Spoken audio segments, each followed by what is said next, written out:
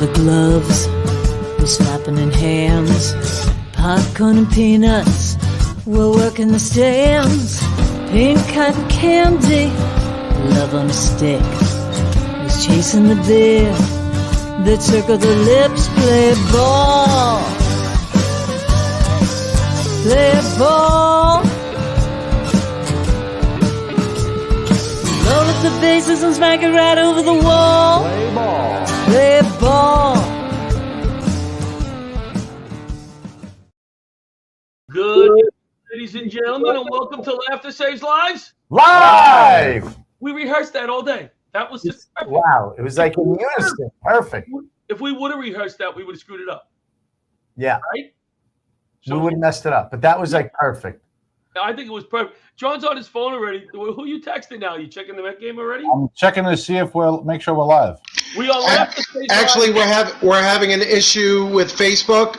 We are live on YouTube, but we're having an issue with Facebook. Right now. The book face. We are Laughter Saves Live on YouTube. Brought to you by the law firm of Barasch and McGarry. Check the Lawyers in the YouTube. 9/11 community. We are live from Massapequa, New York. At least John and Rich are in Massapequa. It's a beautiful, beautiful area, right by the Long Island Railroad. We're next to the CVS. The Chinese restaurant closed down. The Italian restaurant still in the corner. And I think Chinese place closed? Yeah. yeah, closed. Oh. I have not been in the studio in a few weeks, so I miss you guys. Yeah. You've been busy. Where were you yesterday? Well, yesterday I was in Kent, Ohio, from the famous song "For Dead in Ohio," right across the street from Kent State University, where the famous shooting took place of the college students in the 70s. I'm Right. sure Santo could give me the year. 1970. Was it 70? Either 70, 71, or 72. Or 73 or 74 or 75. So we did a beautiful comedy show out there. But before I get to that, we recorded our 9/11 show the Saturday before last, if I'm saying that correctly. And if you haven't seen that show, you guys or anybody that's watching, if you get the chance, please watch it. Yeah. It's one of the most special, best shows I think Laughter Saves Lives have done, considering the guests that we had on. We had on a 9/11. I hate to still call them widows. I guess it's okay. One 9/11 widow, two young ladies that lost their dad on 9/11, and two firefighters who spoke about their brothers. But it was a very good show. Becky Shaver, I spoke about her a ton of times. Christian singer.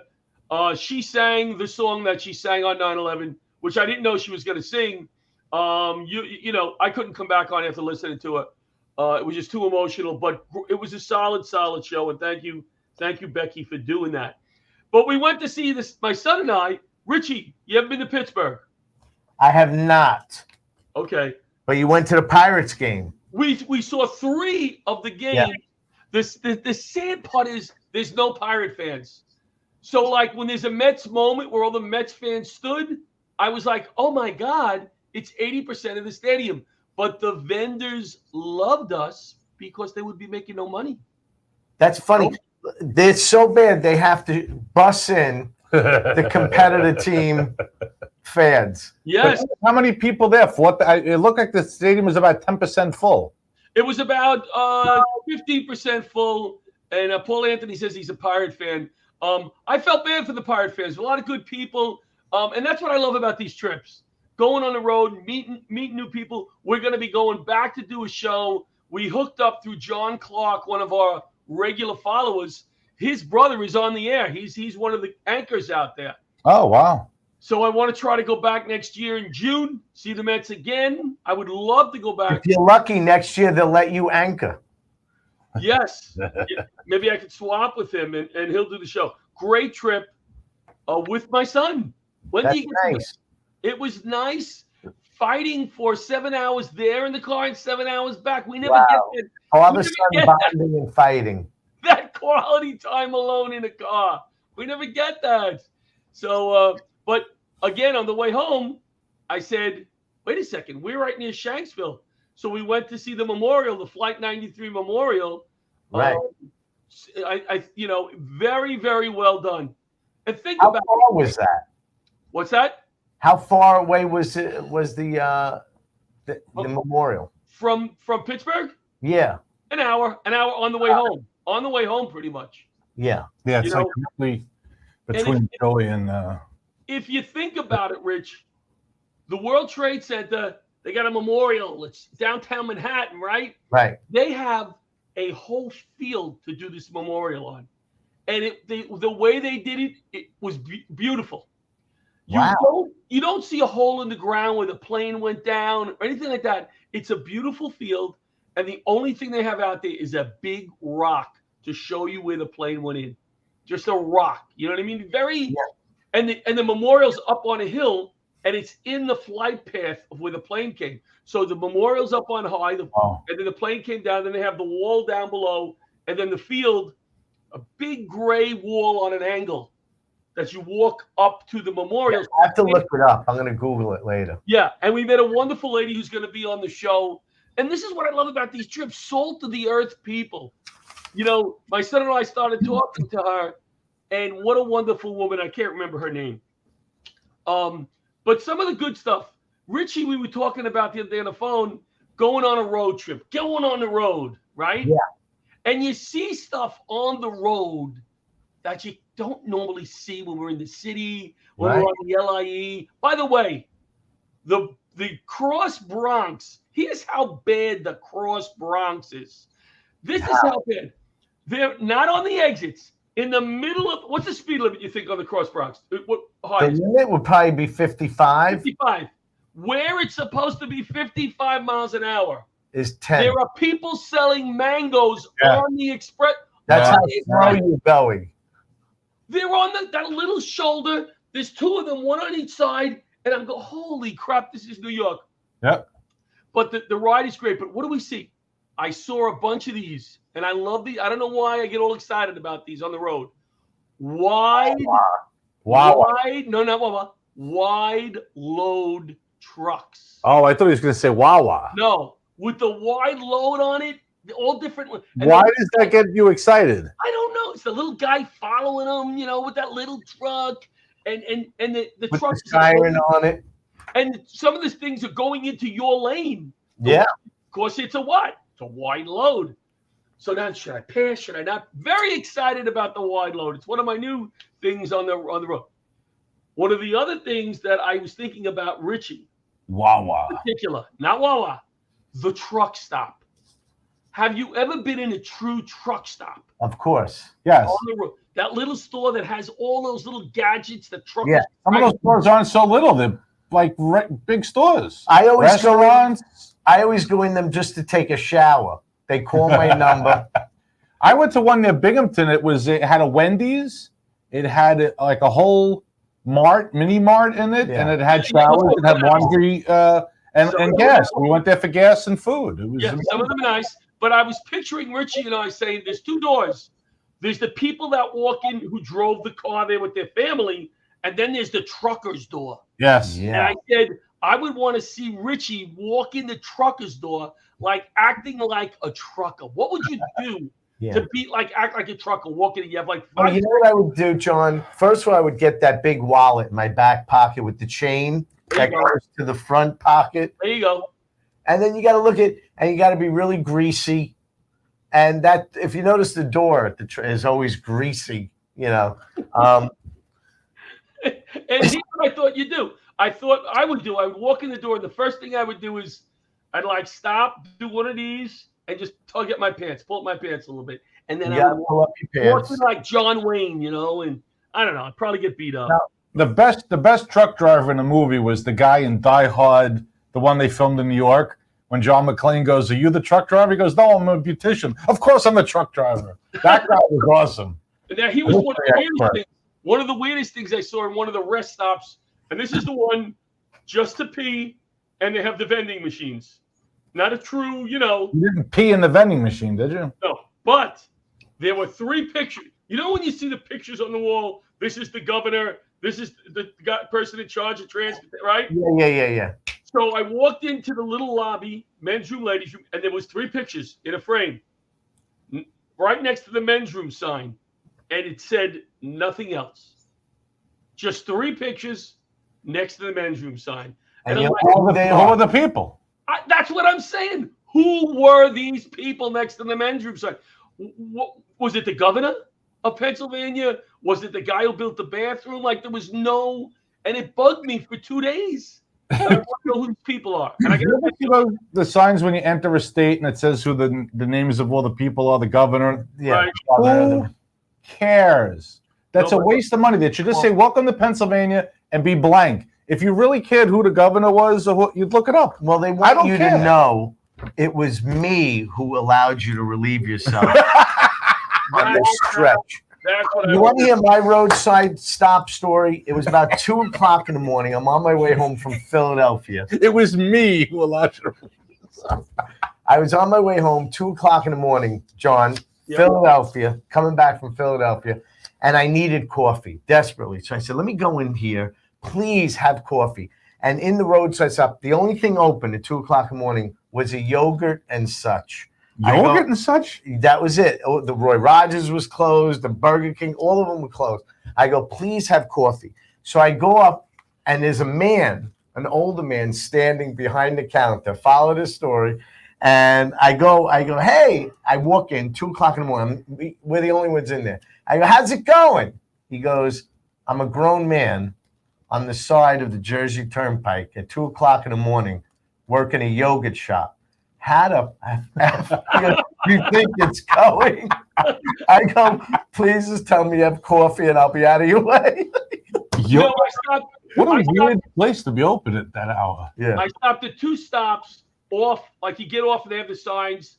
I was in an area where there wasn't rest stops. I had to pee. I had to get gas one point. And I go down to this one, and I had to go down into a town.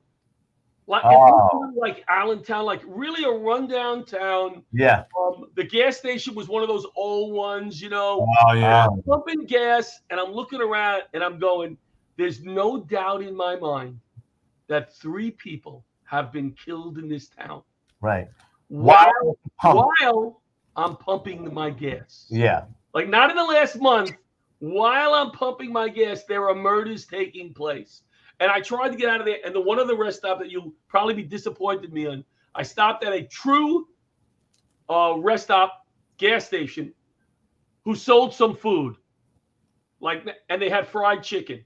Yeah. Are you going to buy fried chicken at a gas station? No. It was good. We need anything that's not wrapped at a gas station. It was good, is all I can say. It was wow. delicious. Yeah, I went for it. I'm living on the edge. So let's do this. I think we're going to show Barasch and McGarry. We'll go to break, and then we'll come back, and you guys are going to interview me. Yeah. I had some questions I wanted to ask you. Before we break, you just mentioned Barasch or McGarry. Is there anything else you'd like to say about Barasch? Barasch and McGarry, lawyers for the 9/11 community. And they are? Our number 1 sponsor. Title sponsor. Thank you. Title. I said sponsor. Didn't I say it before? Sponsored by Barasch and McGarry?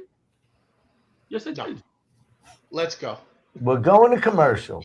Ooh, I mean, yes.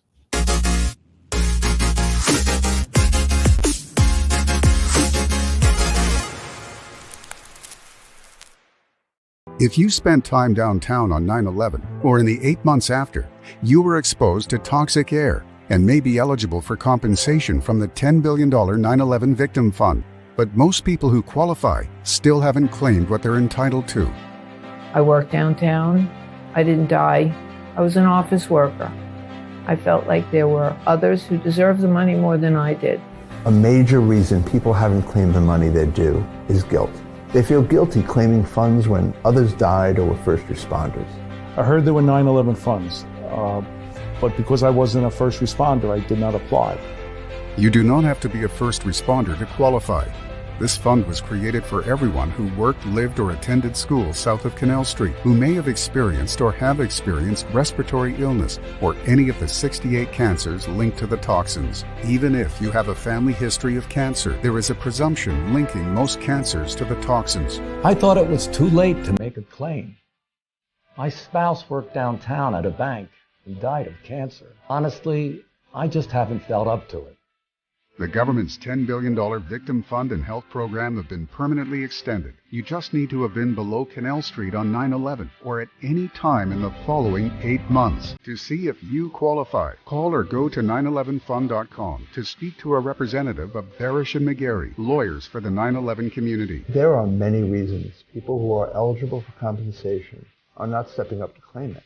To those who are holding back, I would say just take the first step. Ask for help. Make the call. It's not too late. I called and I qualify. I qualify. I qualify. Millions of dollars remain unclaimed. You do not have to be seriously ill to qualify.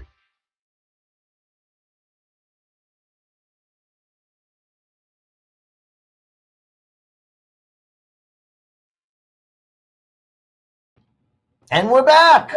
2 trips. This is my most exciting purchase that I got. Wipes. Yes, the I fish wipes. saw that. I'm anxious to use those. So, So are they regular wipes or are they medicated? I don't know. I'll let you know later. I don't want to take valuable time away, but they're mighty good. It says Mighty good wipe. Mighty good. It's called White so Tush. I got this idea. Yeah. I got this idea about you guys interviewing me and asking me a few questions because we never really did that. And I've been on a lot of podcasts the last month because the PR lady, she's a PR lady, she's a PR lady. Tracy Harper has done a wonderful job. Somebody contacted me, a comic from California, and said, "You're all over the airways. I saw you on Mo Kelly's show, supposedly a really popular show." And Right. my guys don't even know about me.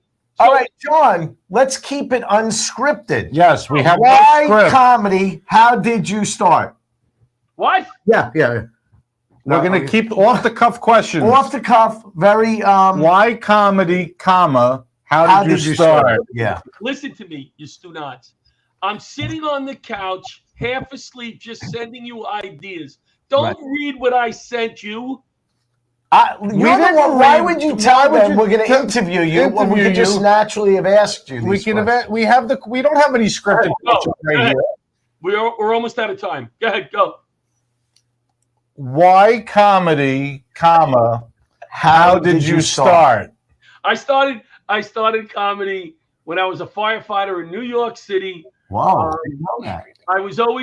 I always made people laugh at parties, and I didn't think it was enough. I felt like I had a calling. Boy, was I wrong. So I took a comedy class, Lee Frank, and did my final at Dangerfields.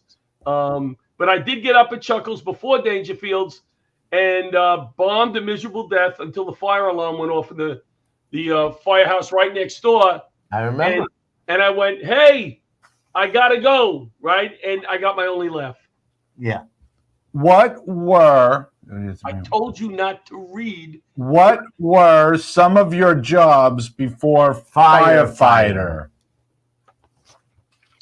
Some of my jobs. Did you must have been very rambunctious. What jobs did you have before you were firefighter? I worked at a factoring company. Basically, I made collection calls for large. The factoring company, what they do, they act like they buy debt from large companies and then try to collect. So one of our clients was Macy's. So people weren't paying Macy's. Wow. The company bought all that debt, Right. and then I would make calls around the country trying to collect it. You never told me you were in collections. I was in collections too. Yeah. A bank. So I have one for you. I had heard from somewhere that you basically, after going to school for accounting and getting your degree, you were trying to find a job and you narrowed it down to 2 things: a sanitation worker or a firefighter. No, that was in my act. I always used to say that I failed the sanitation test, so that's why I became a firefighter. Sanitation, hence the wipe that tush. Tell everybody why it was crazy that you became a firefighter. Because of Greater Heights. There go. Greater Heights. Why don't you and Butch do the show? Time? We're gonna go. We'll see. I got a question for you. I got a question for you guys. Yeah. Go ahead. The firefighters are called the bravest. Police are called the finest. Finest. Corrections are called the boldest, Boldest. and the sanitation is called the strongest. Strongest. Oh, wow. Yeah. What is Oh, EMS Paul called? Anthony got it before I said it. He just said the message, the strongest. Also, Paul said those mangoes are very well priced on the Cross Bronx. Wow. Would you really eat them? My wife and I were talking about it because we had like a good hour. Yeah. Because they still haven't fixed the merge from the Major Deegan for the Yeah. trucks that have to go all the way to the left, and I got to go all the way to the right. And I just wish they could fix that. But would you eat that stuff? That No, I don't know where it's been. No, I never buy it. I've never bought it. At least Who in the does? last Like 20 years. We I saw need people to buy it. stand, you know what we need to do? We need to stand there with them and interview the people that buy it. I'm curious to know who would buy it. I will drop you off, and you can do that. And I will. No problem, you. We got to go in a group. You know what would do well there? A boot drive. Yeah, boot drive would do very well. And in fact, out in Kent, Ohio this week, it was very emotional for me to drive out there because it was right after 9/11. I had a very rough time this year mentally, and to drive out there, I figured I was going to clear my head in this long drive, and I was tired mentally. Right. It was a bad move. It was just a long 2 days, Yeah. and to get out there and to raise some money for kids to buy. I thought it was just coats. They're going to buy coats and shoes for kids this winter. These two guys from the Academy of Life and Learning who we're going to bring on soon because this interview is sucking. Will we did everything. It was best. Just do it natural. Why? No, this one that goes later. Oh, that's later. Okay. Yeah. Ask him about. So tell us about your childhood, Catholic school, the nuns, the family luncheonette. I want to know about the family luncheonette. Yeah. It was in Middle Village. Yep. My great uncle owned the barber shop, and my father and my grandfather and my uncle owned the luncheonette across the street. Everybody knew the Larocchias, and if you belong to the Middle Village thread, it's always coming up. I belong to the Middle Village thread, but that was my first exposure to stand-up comedy. My father, my grandfather, my uncle would stand behind the counter, serve people, but they always would make them laugh. They always had gags. They had spoons with holes in it. They had spoons with flies on it. They'd stick it in the soup. My grandmother would sit at the bench. She'd get there early, cook the special for the day. They had sandwiches and burgers.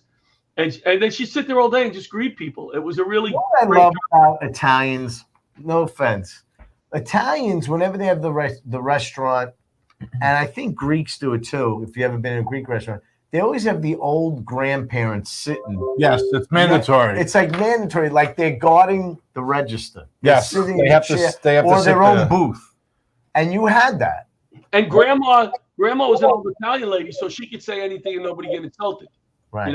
Like a lady would walk in and she'd go, "Julie, you're looking so fat. What's going on?" And Julie would say, "Ma, I don't know, man." Hug her, and it was fine. And that's what I loved about the place. My grandma and I walked in counter with the stools, the spinning stool. Yeah, of course. Larocchia's luncheonette. Yeah. Soda Huh? Was it a soda jerk too? Like with the egg creams. Egg creams. There are egg creams anymore. How come? Not a good ones. Now, there's a Mamas of Corona I went to, and it was the same thing. They had the old lady that sat there. She was there so long, they named the street after her. Wow. And hey, let's do this. Yeah.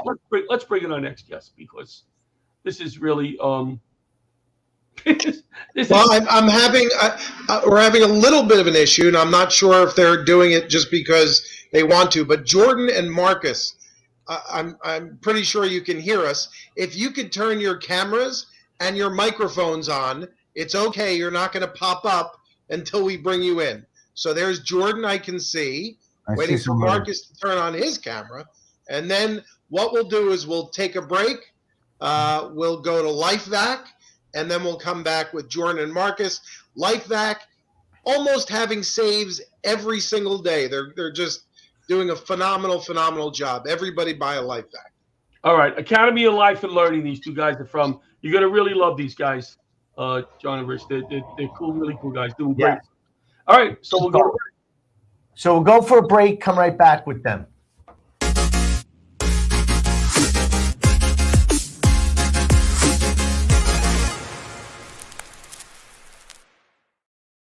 Hi, I'm Gretchen Rossi. And I'm Arthur Lee, the creator of LifeVac. We're here today to announce that to date, LifeVac has saved hundreds of lives of people who almost died due to choking. People may not realize that on average, 14 people a day die from choking-related incidents. Every 5 days, one of those lives is a child. That's why I created LifeVac. And as a new mom, and from housewife to housewife, I felt compelled to share with you the discovery of this life-saving device.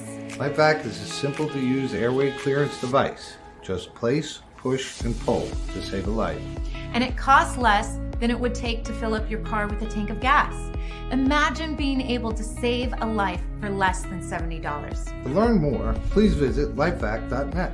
That's LIFEVAC.net. Please don't allow one of your loved ones to become the victim of a choking accident. Yeah. And we're back. So the show this last night. Oh my God, it was last night, and I drove all the way today. By the way, I was on a mission today to beat rush hour, so I drank less pee breaks. I didn't stop and sit down and eat. Wow! And visited my sister. And that's how long did it take you to drive from there to New York? When I went out, it took me 11 hours, but I stopped a lot, and when I came back, it took me a little over 8 hours. John, being that we're interviewing you, I just want to ask you a quick question before we bring up our guests, right? Yeah. Now, why Laughter Saves Lives? And what are you doing with it? Where are you going with it? Why Laughter Saves Lives? Because I started Laughter Saves Lives to do something after 9/11. I didn't know what to do with myself, to be honest. Right. And everybody was saying never forget. So one day we laughed in the firehouse, and it felt good. Right. And I said, what a great way to remember my guys. That's nice. Through laughter. They made me laugh all the time. I was far from the funniest one in the firehouse. So that's why I started the Laughter Saves Lives Foundation and CompuTalk. Now that's interesting that you are not the funniest. That's interesting. By far. And that you can believe. By far. No, I believe it. But I'm just wondering. That we believe. So I know that. You bastards. I know that. Your crowd work is amazing. I think you're too modest because I love the way you do crowd work. You will do crowd work whether the crowd is a little tight or whether they're lively. You're very lively the whole time. You keep the room going. Absolutely you bring the room right up, and you even if it's a little bit tough, you still do well. I want to bring in the two guests, but I love the audience. I like before and after the show talking to people and having fun with them more than the show, I think. I think that bit you do with the camera opening up the show is a huge lift. It's a fun way to get them into the show. Yeah. It actually came up on my Facebook feed yesterday. And, normally I click right off on it, but this one I watched. And it was very good. It was a high energy, and you hit the two ladies that were sitting there. Yeah, he always hits the people. It's great. Yeah. It's a great thing. And you should do a series. I think you can make a lot of money on YouTube posting those. This history of a whole documentary series about the history of what kind of. Let's bring in our next two guests. Enough of me. He's modest tonight. You're modest. We've been looking forward to this interview for so long. I'm sure. You've only before we brought in the guests, what is your favorite Halloween costume? Halloween's coming up. Let's bring up the guests. Why don't you introduce our guest? I haven't been invited to a Halloween party in years. I don't dress for Halloween. Let's bring the guys in. Come on, let's bring the guys in. Introduce the guests. Yeah, so these next two guests, they were at the show last night. Yeah. Two firefighters, wonderful, wonderful guys who started this charity. I'll let them talk about it. I'm forgetting the name of it now. I'll let them say it. Academy of Life and Learning. They wanted to give back, just like so many firefighters, but they went one step more. So let's bring them in. It was a pleasure meeting them last night. Let's bring Jordan in. and his partner, who I forgot his name, Marcus. Marcus, there you go. Sorry, guys, you had to sit through the first half of this show. That's no problem. Guys, We want to hear what you guys are doing. Tell us. Well, before you get there, Rich, just one thing. It was a pleasure meeting these guys last night. Yeah. And when Jordan told me about what the organization was all about, to me, the ride was long, and I'm exhausted and all of that. And to know that from the show, there are going to be some kids that may have shoes and coats, new shoes and coats they wouldn't. You guys are doing awesome work. So tell us what this is all about. Jordan. Can you hear me, Jordan? Can you guys hear me? Yes. Okay. All right. So real quick before I start, thank you guys for having us on here. Means a lot to us. By far this event, thank you to your foundation coming out and doing that comedy show last night. By far the most we've made. So I'm really excited. Wow. I did not know that. And Jordan, I came to you after the show and I said, put it into numbers for us, not how much money we made. How many shoes and coats are you going to be able to buy? So we'll be able to buy 96 pairs of, 96 coats and then 96 shoes on top of that. So totaling 192 coats and shoes total. All right. So when you say 96 shoes, I hope you mean pairs of shoes. Pairs of shoes. Yeah, not just single shoes. Okay. I don't think it looked too good on us. The kids are walking around with just one pair. They'll call them hoppers. So tell us how you started this and why you started, where you come from, what your background is. So the story, Marcus, he's the one that came to me, so I'm going to turn it over to him. Yeah. Yeah. So I'm Marcus Wright. I grew up in Kent. Man, honestly, we just saw a lack of opportunity for kids to flourish. I was fortunate enough to go off to college. I played at Kent State University. Throughout that journey of playing football, I understood that opportunity is one of the keys to success or financial gain or whatever you want, however you want to put that. So anything in life that you're exposed to and you have opportunities to do, it brightens your world, opens up different doors and possibilities. So it was just lacking of opportunities for kids to do something. Kent is a very college town.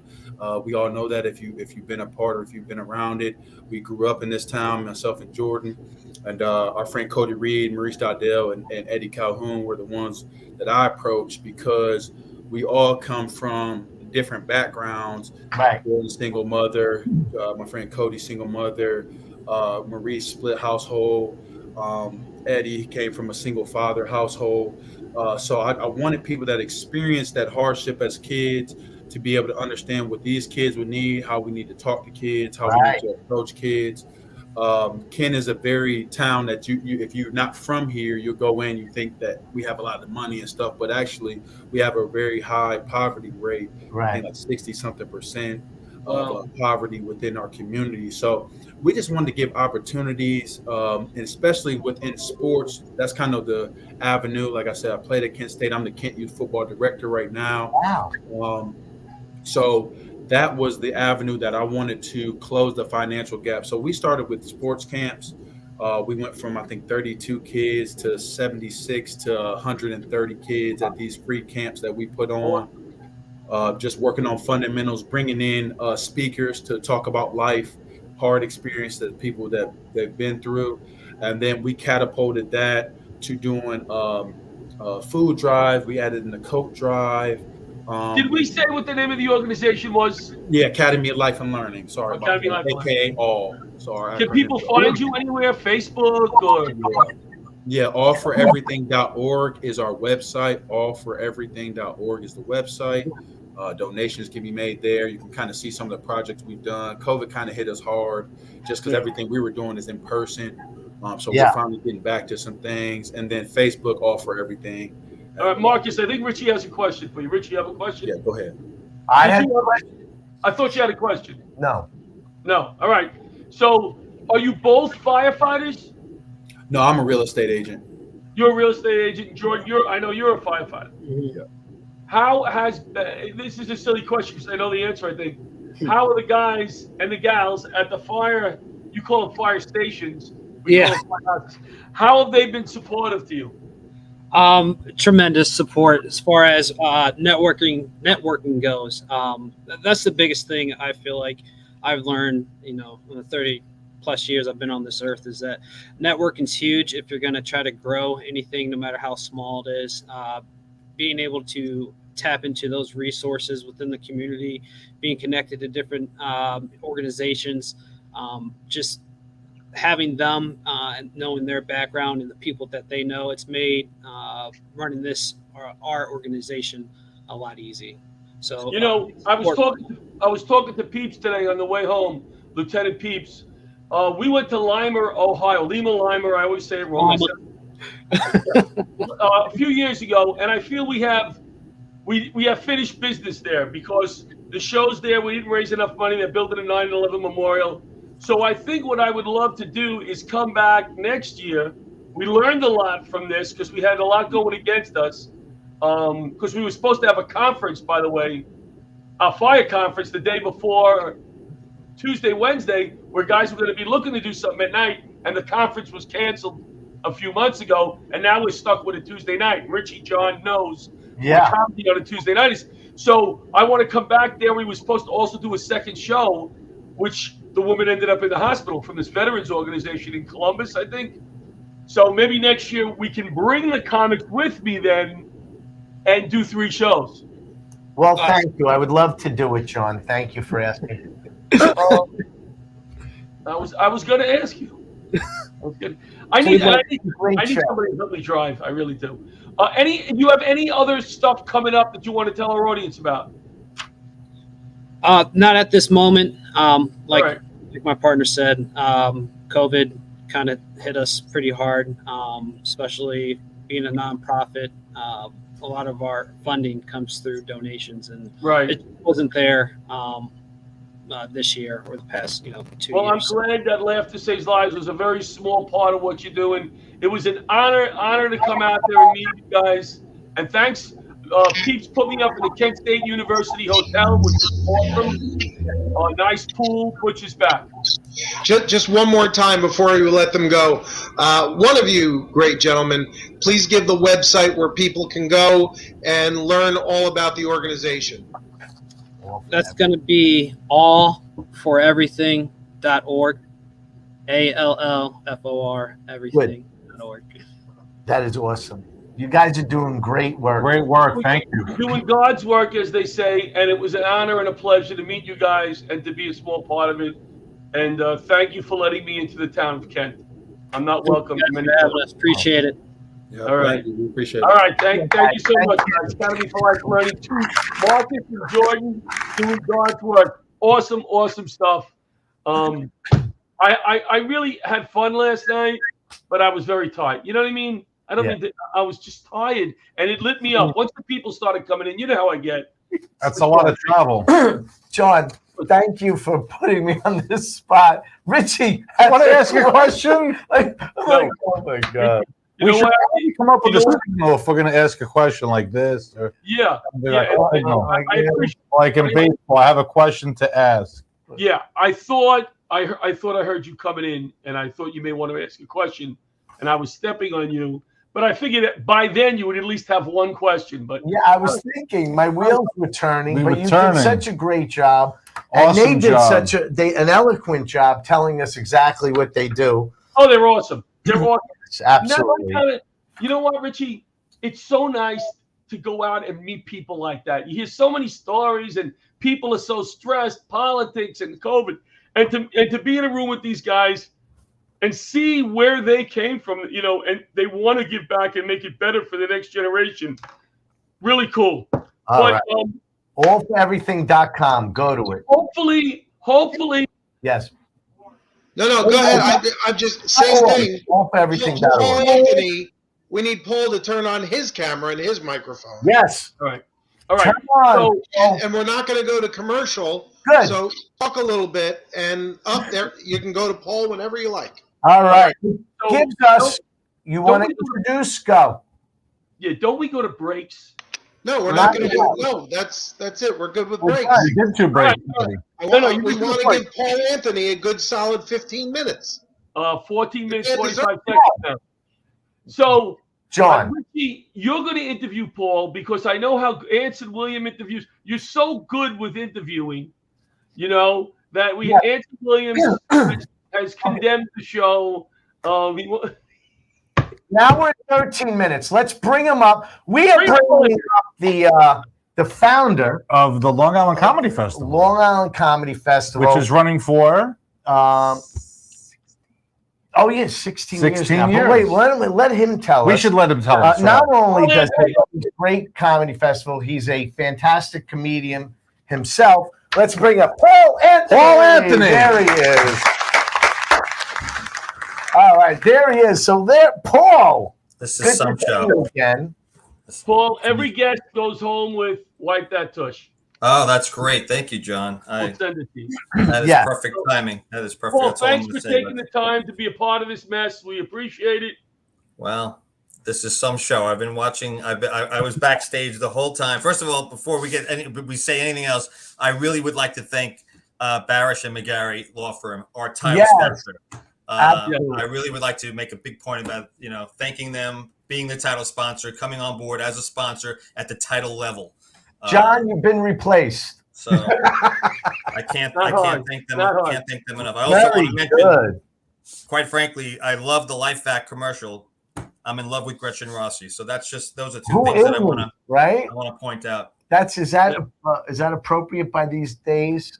So yes, it is. Paul Anthony runs one of the most professional operations in comedy. Yes. All right. He doesn't have a comedy club, so to speak. He runs a comedy festival and basically does shows in beautiful venues, a lot of beautiful venues, theaters. Why, Paul? How did you get into comedy? Well, I'm going to tell you, I have a great story to share with you. So I got into comedy having worked I worked in radio before I got into comedy, and I used to do an annual holiday roast at the radio station, and I did it for a number of years. And then one of the managers, I worked for a big company, Clear Channel, which is now iHeartRadio, and they own Z100, Light FM, Q104 in the city. And one year, it was around 2003, they had a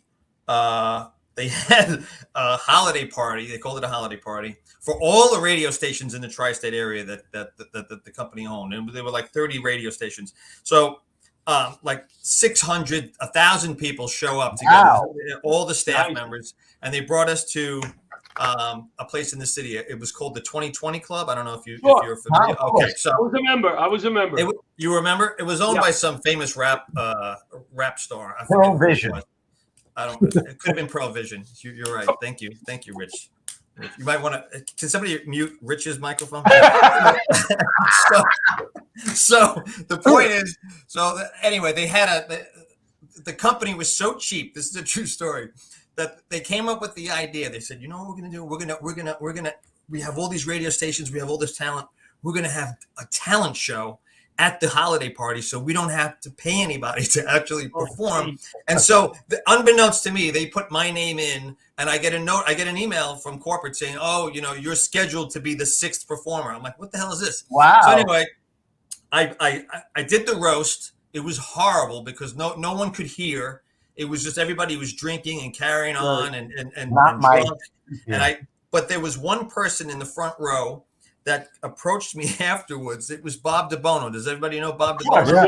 The comedian. Been on the show. Anyway, so he said to me, "Hey, look, I was listening." He goes, "If you want," he goes, "I'll put you on my comedy showcase in 8 weeks." And I worked up an 8-minute routine in that 8-week period. So and then I did Stand Up New York, and I have a great Stand Up New York story for you guys. What happened? So it was maybe the second or third time that I performed at Stand Up New York. Right. And at the time, one of my routines was about making fun of weathermen and newscasters, not just weathermen, newscasters. And I had a whole routine and I used to wear a suit and a tie whenever I performed. So I looked like somebody that you'd see like doing the weather on a newscast. And I did a set.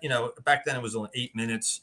And two things happened that night that were really cool. One was the person that went on, the comic that went on right after me was Chris Rock. That was the first thing. Because, this is like a Wednesday night, stand-up New York. Yeah. You never knew who was going to show up. Crazy. John, but this is I followed Chris Rock at stand-up New York one night. That's funny. That was it. That was one of the rooms that he would Chris show Rock up at. actually opened up for both of you guys. Yes, exactly. Okay, go ahead. So Chris Rock, you went up after Chris. No, I opened up for Chris Rock. Oh, okay, John, yes, okay. Chris Rock opened up for John. But this was the really cool part. So I did my set. You know how it is when you walk outside, and at stand up New York, everybody would just kind of hang out. You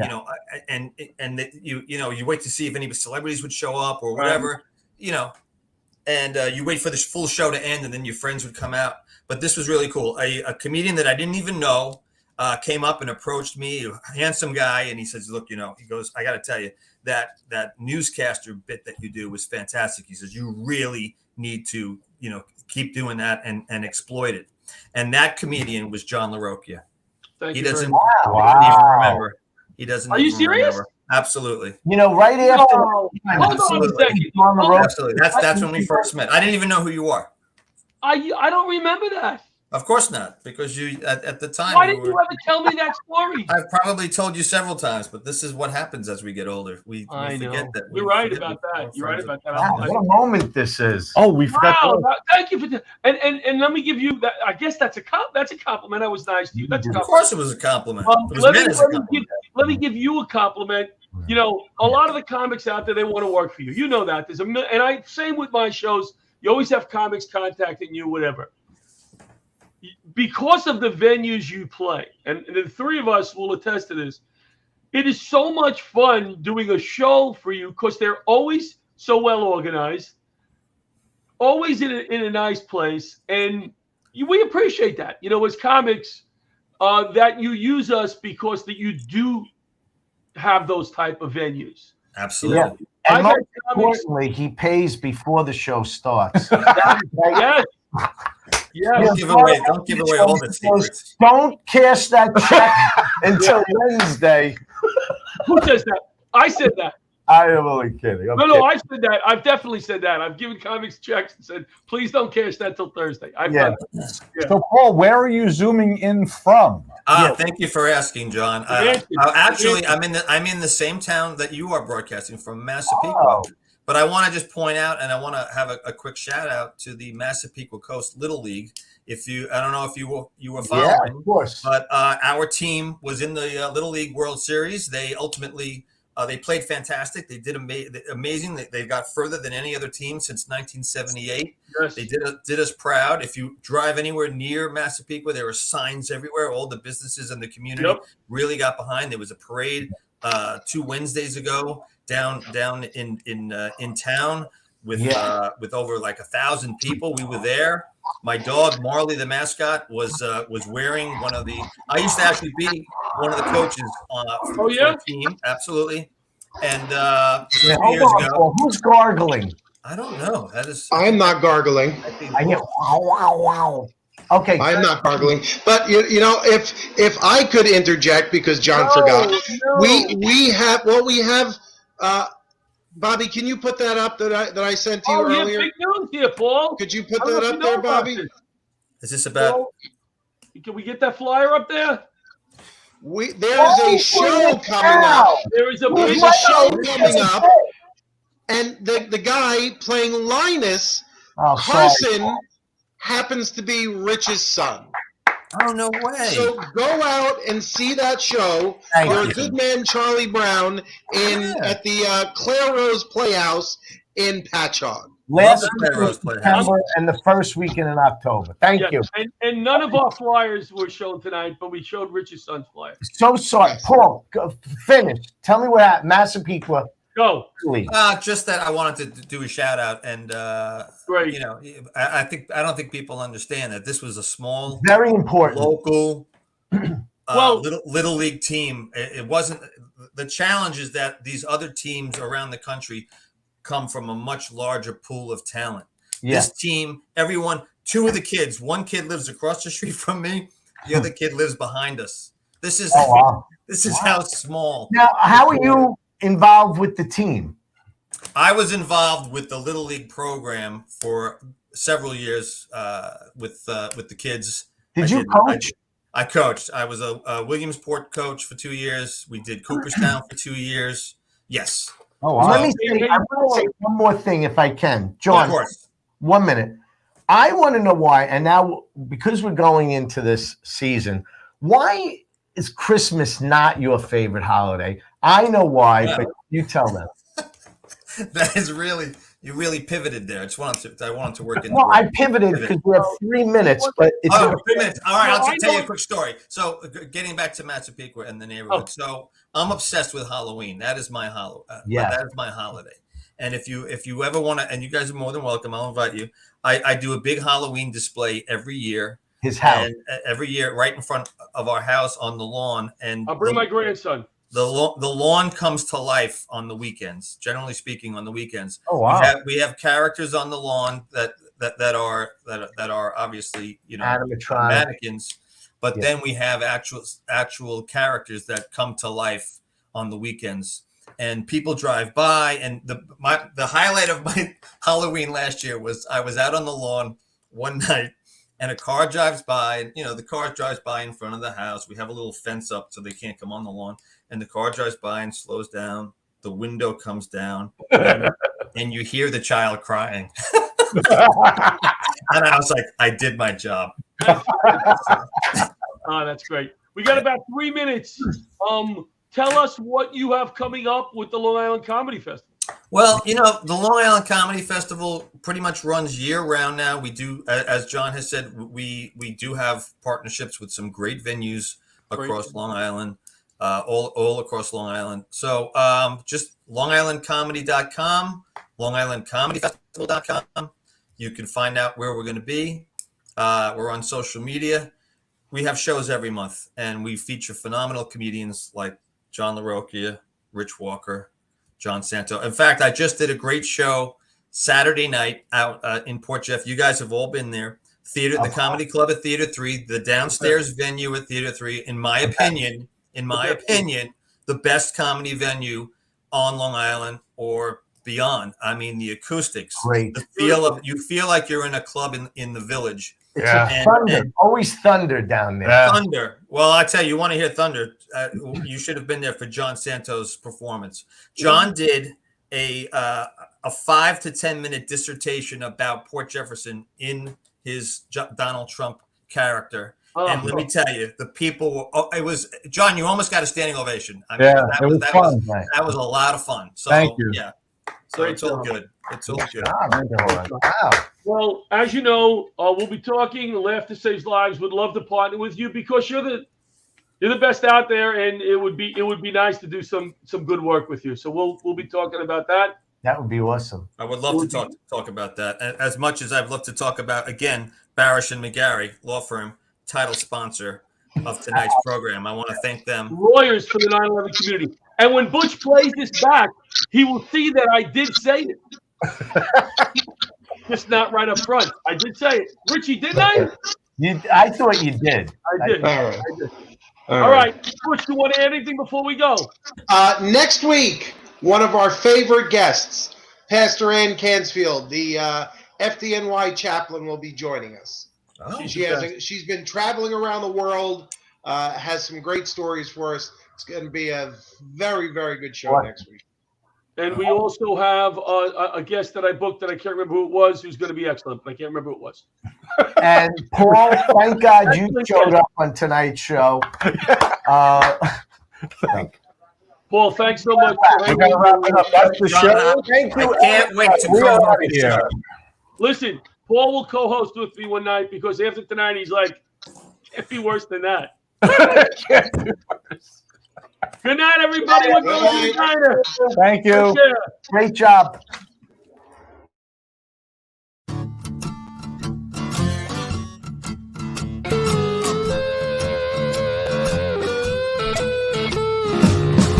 Old leather gloves, we're slapping in hands. Popcorn and peanuts, we're working the stands. Pink cotton candy, love on a stick. chasing the beer that circle the lips. Play ball, play ball. Roll up the bases and smack it right over the wall. Play ball. Play ball.